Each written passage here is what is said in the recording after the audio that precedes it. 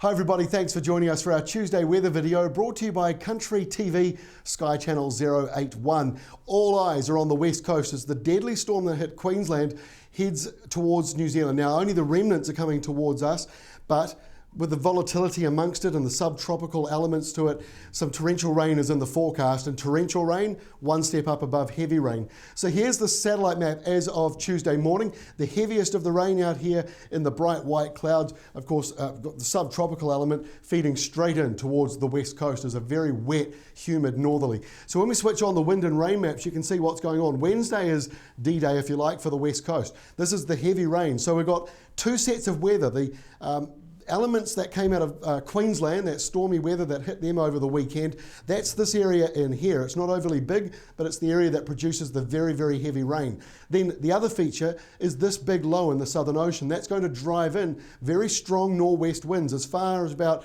let's say, Waited Upper and up towards Taranaki and Manawatu. Everywhere south of there, especially inland amongst the mountains and towards the eastern side, big, strong, maybe gale force gusts. But rain is the main feature, and our government forecast Met Service is forecasting up to 400 millimetres of rain, which is the equivalent of about 3 or 4 months worth of rain for most of New Zealand's main centres. That's going to fall on the west coast in the next 24 to 48 hours. So please be aware of that. Could lead to flooding, slips, power cuts, washouts, and maybe some bridges having some problems down there. So that's Wednesday for you. Now by Thursday, the rain eases on the west coast back to just normal sort of rain. The heaviest of the stuff now moves out of the Nelson area as the day goes on and then slowly moves in towards the North Island. So western areas like Taranaki up towards Waikato later in the day, you could get some heavy downpours. There's even a chance of an isolated thunderstorm maybe coming in as far north as Auckland later on in the day. And then the winds continue from the northwest,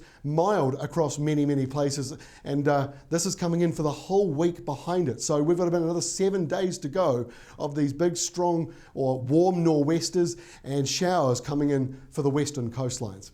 That's all for me for today. We'll update you again on Friday. And for the 10-minute forecast, go to Country TV, Sky Channel 081.